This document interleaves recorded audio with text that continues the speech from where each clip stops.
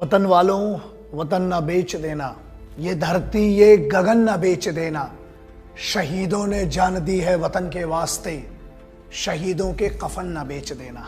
कल है 14 फरवरी, Valentine day बहुत बड़ा एक त्योहार बन चुका है। बनी बात है, आपका एक संवैधानिक राइट है, आपका एक कॉन्स्टिट्यूशनल फ्रीडम है, आपको बहुत सारे आप मना सकते हैं, आपको जो त्योहार मनाना है मनाइए। द्विवेदी जी की एक बड़ी पुरानी जो लाइन उन्होंने जो लिखी थी, कवि प्रदीप के नाम से जाने जाते थे, जिन्होंने लिखा था कि ऐ मेरे वतन के लोगों जरा आंख में भर लो पानी। उस अगर पूरे गाने को समझ में आ गया ना तो कल का समझ में आएगा। पिछले साल इसी 14 फरवरी के दिन पुलवामा में सीआरपीएफ के हमारे जवानों के ऊपर हमला हुआ था। आप मनाइए, बनी बात है, त्योहार मनाना बहुत बड़ा फेस्टिवल बन चुका है, वो आपका है अधिकार, आप बना सकते हैं। लेकिन उनके बारे में क्या, उन माओं के बारे में क्या जिनके बेटे घर लौट के नहीं आए, उन बीवियों के बारे में क्या जिनके पति वापस नहीं आए, उन छोटे बच्चों के बारे में क्या जिनके बाप, उन बहनों का क्या जिनके भाई घर लौट के नहीं आए। कहीं ना कहीं वो मालूम है क्यों बुरा लगता है, क्योंकि ठीक है यार, उनने हिंदू मुस्लिम सिख ईसाई के लिए जान नहीं दी, उनने हिंदुस्तान के लिए जान दी। बात यहां बड़ी क्या है, बात ये नहीं है कि वो हमला हुआ और 39-40 हमारे जवान शहीद हुए, बात वो नहीं है। बात यह है कि उसके बाद राजनीति करते हैं कुछ लोग, तब दुख लगता है। क्योंकि ये जो राजनीति करते हैं ये हरामखोर और भांड लोग हैं। सबके सबकी बात कर रहा हूं, जो भी शहादत पर राजनीति करता है, चाहे वो किसी भी पार्टी का हो, मैं उसकी इज्जत नहीं कर सकता हूं यार। उनने जब जान दी ना, तो सबसे बड़ी बात यह कि उसके पीछे के रीजन थे। मेरा सवाल आज भी वही है जो मैंने पिछली बार कहा था कि अगर एसआईटी का, स्पेशल इन्वेस्टिगेशन टीम का गठन हुआ था, उसकी रिपोर्ट मुझे यह पता करना है, मुझे यह जानना है, जिसका मैं इंतजार कर रहा हूं, आरटीआई आने वाली है। जैसे कईयों ने यह मुद्दा बनाया कि उनको शहीदों का दर्जा नहीं दिया गया, बैटल ऑफ कैजुअलिटीज जो एक वर्ड यूज होता है वो है उनको। आप एक बात बताइए, क्या इंडियन आर्म्ड फोर्सेस को अब यह निर्धारित नहीं करना चाहिए कि डिक्शनरी में शहीद शब्द, जो मार्टर शब्द है, उसको डिफाइन किया जाए, उस पर बनी बात है कोर्ट से ऑर्डर लिया जाए। एक ये है, दुख कहां लगता है मालूम है, जब इनकी शहादतें होती हैं तो कुछ अखबार होते हैं, कुछ मीडिया वाले होते हैं जो ये लिखते हैं कि इतने फौजी मरे, देवर किल्ड बाय टेररिस्ट।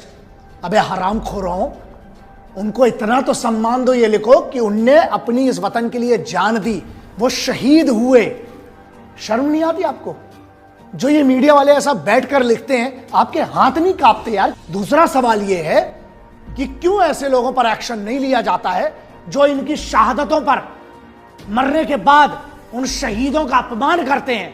और रही बात उन लोगों की जिनको ये बड़े झंडे डंडे गड़ाना है, अब एक काम करो, अपने आप से पूछो, डीपी बदलने से बदलेगा? मैं गया हूं घरों पे और उनके, मैं क्या करता हूं, जरा उनके परिवारों से कभी जाके भी पूछ लेना।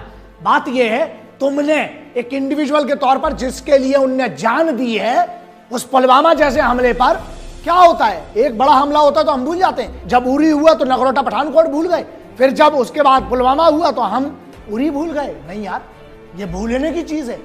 हम अपने बच्चों को नहीं बताएंगे ना तो ये सब धरा रह जाएगा।